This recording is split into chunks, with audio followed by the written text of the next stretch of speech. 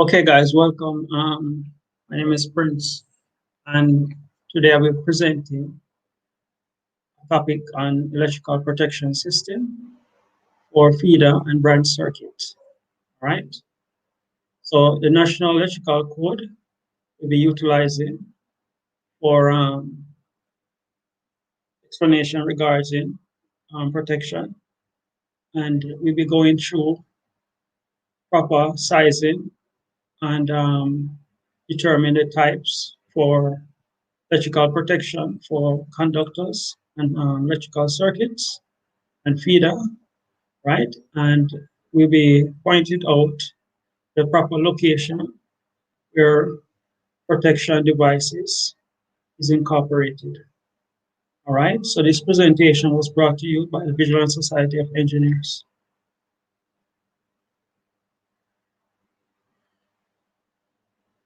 All right, so when it comes to defining overcurrent protection system, all right, so a system for protection against overcurrent is such required to prevent conductor and equipment from reaching a temperature which is considered hazardous or dangerous.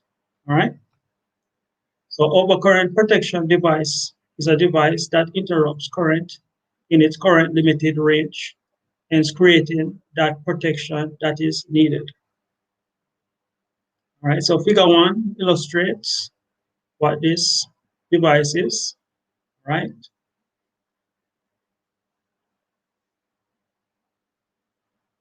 Now, what are we protecting? Electrical protection system shall protect conductor and equipment against the following conditions, such as high ground fault, short circuit, burn down, and fire. When it comes to the system for which we are protecting, we look at conditions of ground faults. All right, ground fault occur between live conductor and electrical ground. The ground could be metallic surface, it could be exposed grounded surface. All right, and short circuits occur when there's a breakdown of electrical insulation on an electrical conductor. Right, so when you have one conductor creating contact with another conductor, and touching, it creates a shortage.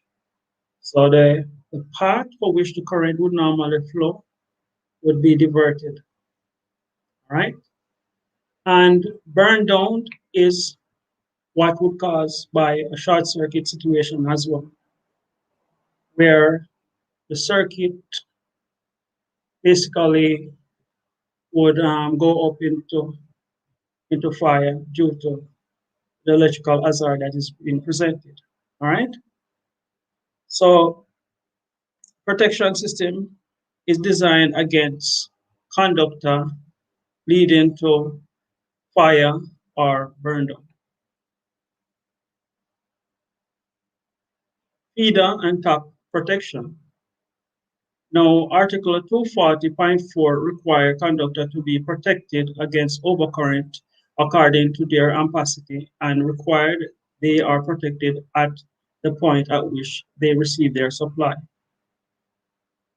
So every conductor requires protection at the point at which it receives supply. So normally the feeder conductor would be significantly larger than the top conductor. Feeder, for example, is a conductor coming from our main service and it goes to the main circuit breaker. Then you have a top conductor that is taken off that feeder conductor. All right. Sometimes we may have disconnect situation coming from a feeder going to various breaker or going out into the distribution network. Right? So the ampacity of the top conductor cannot rather be less than 1/10 of the rating of the main device or the feeder protection. Now, when we look at the feeder conductor, right? We're going to look at the conductor in this figure, say 500 kcml, and we're tapping off this 500. So those conductors respectively would have been 200 amps, 150 amps, 300 RSA, 30 amps. Now, based on the rules that is outlined, the maximum or the minimum size of any other conductor should be at least 1/10 of the main feeder that is coming in.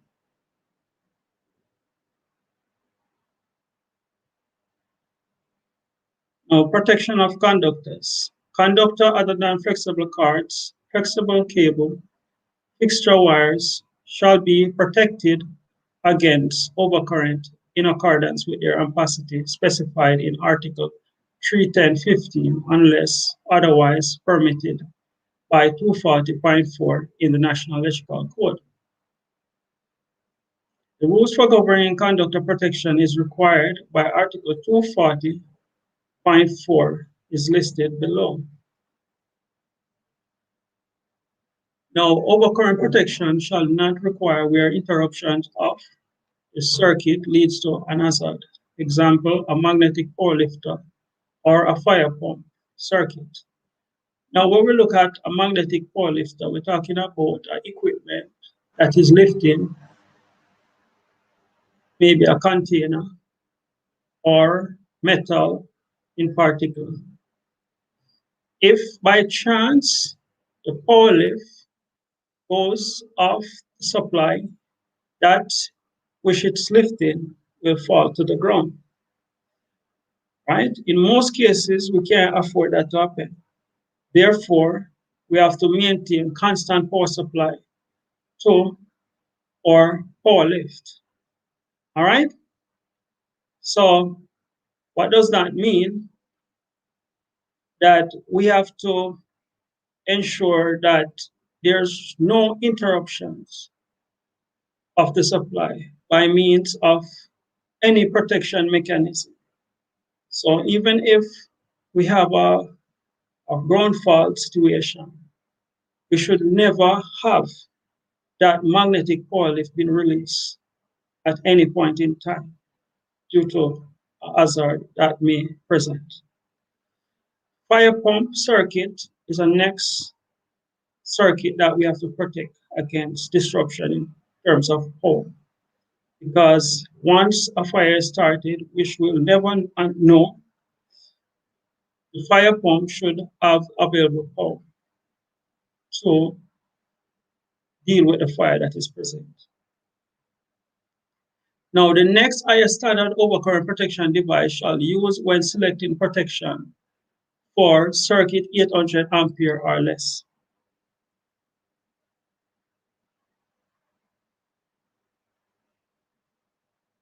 The ampacity of the conductor that is protected shall be equal to or greater than the rating of the overcurrent device, 800 ampere or greater. All right. Now, let's back up a little bit. I'm going to talk about the next higher overcurrent protection selecting for 800 ampere or less. All right. Now, these rules require that when the conductor or the ampacity rating for the conductor that is selected is less than 800 amps, we may have a situation where we're going to choose an overcurrent protection device that is a little higher. All right. So the next higher standard rating shall be selected for any conductor less than 800 ampere. All right. Now, when the conductor that is being protected is 800 ampere or greater, then the protection requires that the breaker or electrical overcurrent protection device shall not be less than the ampere rating, right, of the conductor. So the conductor shall be greater than the overcurrent protection device or equal. All right. So that is only the variation in this rule. All right. So the overcurrent protection shall not require where interruptions of the circuit may lead to an hazard, such as a magnetic pole lift, and the next higher standard overcurrent protection device shall use when selecting protection for circuit 800 ampere or less, right? And finally, the ampacity of the conductor that is protected by or shall be equal to or greater than the rating of overcurrent protection device, 800 ampere or greater.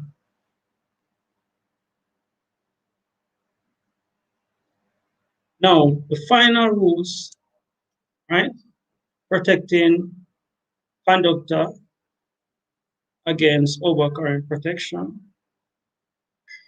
When we talk about conductor in the range of 18 AWG copper, 16 AWG copper, 14 AWG copper, 1210 AWG copper, or aluminum copper clad. Figure 4,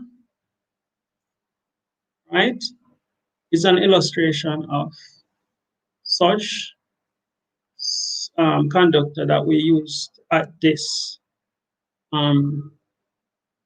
requirement, right? Now, in this for this rule rather, we requires small conductor to protect it at their capacity. So there should not be any protection device at a value greater than the size of the conductor, right? So if the conductor has an ampacity of 20, 30 amps, then the protection device should be rated 20 or 30 amps. All right? So the conductor should be protected at a rating. Right? So this only applies for conductor in the range of 18 AWG, 16 AWG, 14 AWG, 12, 10 AWG, copper or aluminum, and in some case, copper clad. All right?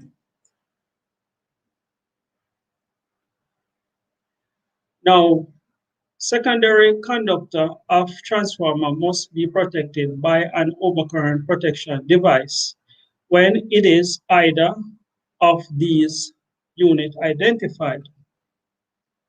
Now, for single-phase transformer, other than two-wire type, a multi-phase connected transformer other than delta type,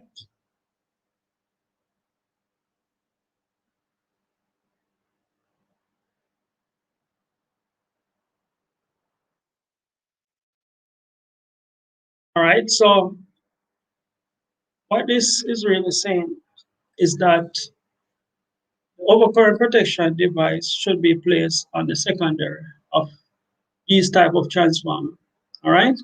So you have your incoming supply for your primary and the transformer, and on the secondary, you should have your protection, All right, and this goes for single phase transformer or multi-phase connected transformer.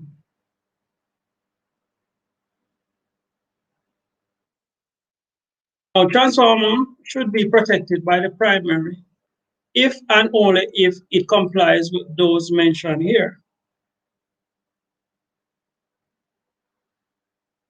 So first, you should have a 2-wire primary and a 2-wire secondary. All right. And 3-phase delta and 3-wire connected single voltage. Now, when we talk about protection for transformer on the primary side, it only applies for, standard 2-wire primary secondary transformer. So you want to have your incoming supply on the same side where your protection is located. And it applies for delta system, right? Where it's 3-wire connected, right? So you'll have your protection, your primary, when there's a delta system, a 2-wire primary, all right? So just bear that in mind. So if you can take your little back so you can understand what I'm talking about, right? So for the secondary protection, you need a single phase transformer, a multi-phase transformer, right? This is not the 2-wire type, and not the delta type, right?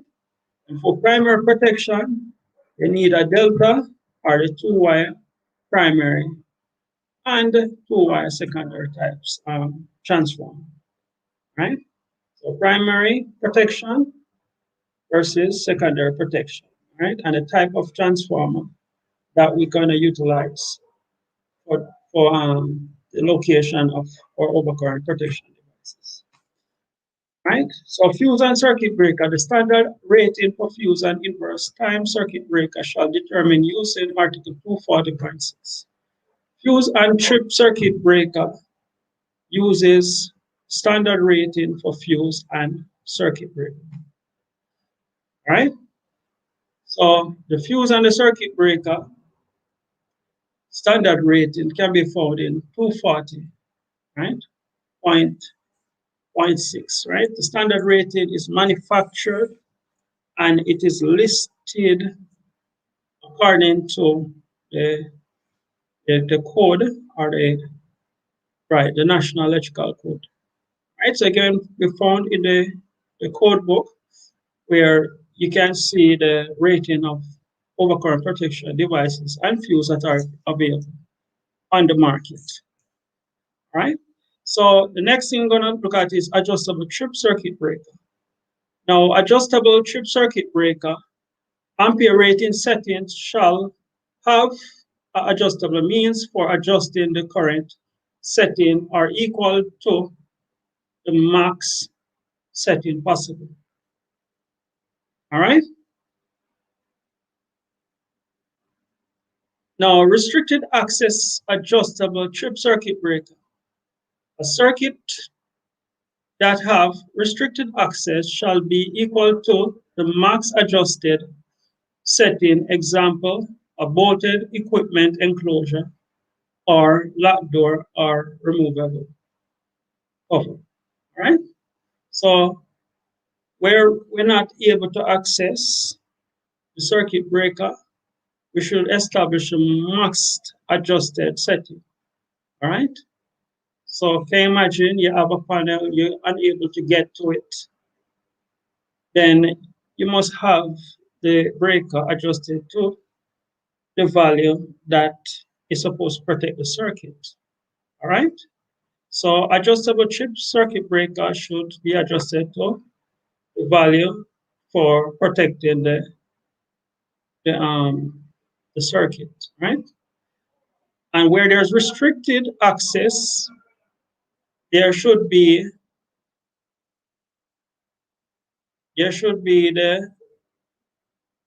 the the adjustment for the breaker to prevent, to actually allow maximum protection for the circuit, right?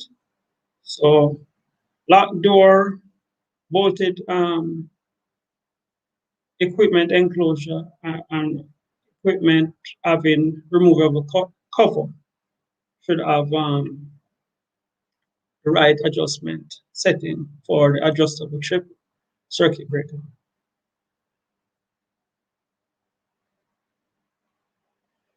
Thermal overload protection.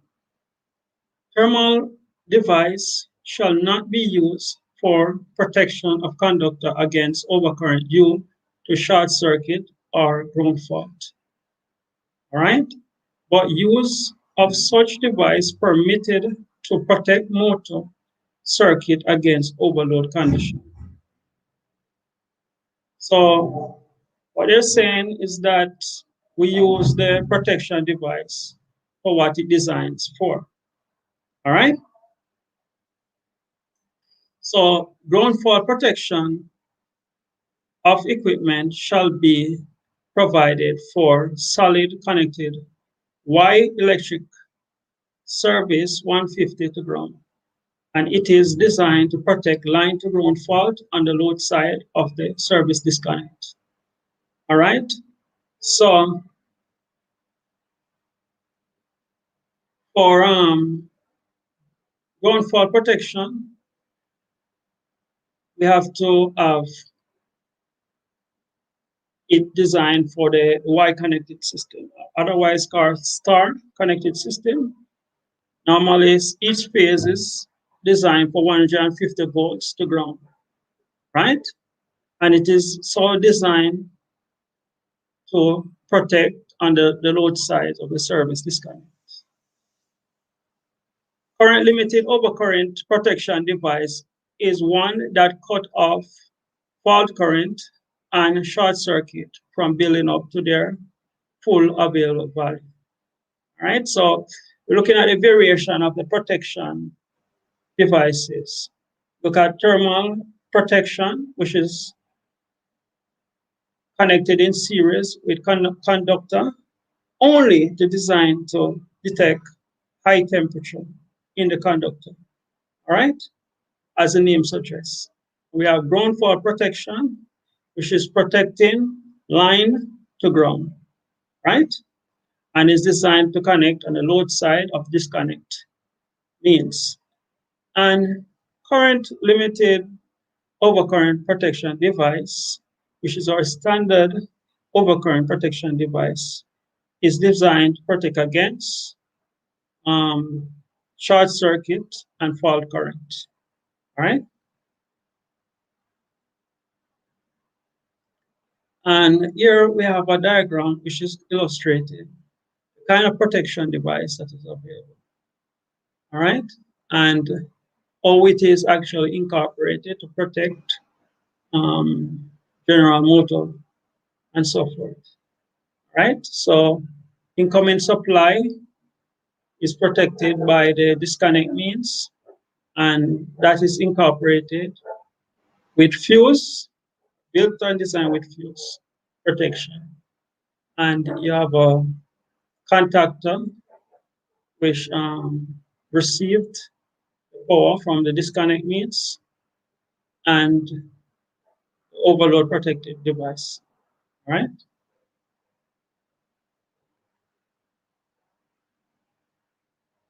All right. Now, protection device, though it has the purpose of protecting conductors, it must be so arranged in a way that prevents haphazard situation.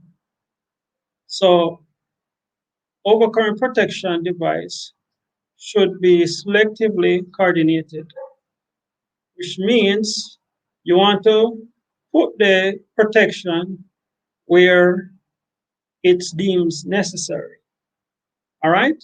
So you need protections at the closest point where a particle load is located. All right? So one of the things we bear in mind when we are setting up distributed power system, that each branch is protected by an overcurrent protection. All right. So what if we had only one protection for the entire system? Then any fault on, say, the lower branch, it requires a fault on the upper branch. So, for example, we have fault downstream, you're gonna come right upstream. So we have to selectively place our breaker and protection device in various locations so as to prevent a cascade of all the circuit um, opening or rather breaking down, right? But say once we have the protection in the right and the proper area, then we can assume that the conductor downstream is not going to be affected by the conductor upstream. All right? So once the faults occur in any one of the conductors of the branch circuit or distributed system, then if there's a fault occur at any point on the circuit, the breaker that is closest to that fault is going to be activated. So all the circuit will remain active, all right? And that bad portion that is affected is going to be isolated. All right, so guys, thank you for taking in this our presentation. And we'd like you to go to our online engineering platform at the Vigilant Society Engineers.com for more information. All right, so don't forget to give us a like, subscribe, and hit that notification bell so you can continue to get more presentation like this. All right, thank you for listening, and have a good day, and we will see you again. Take care.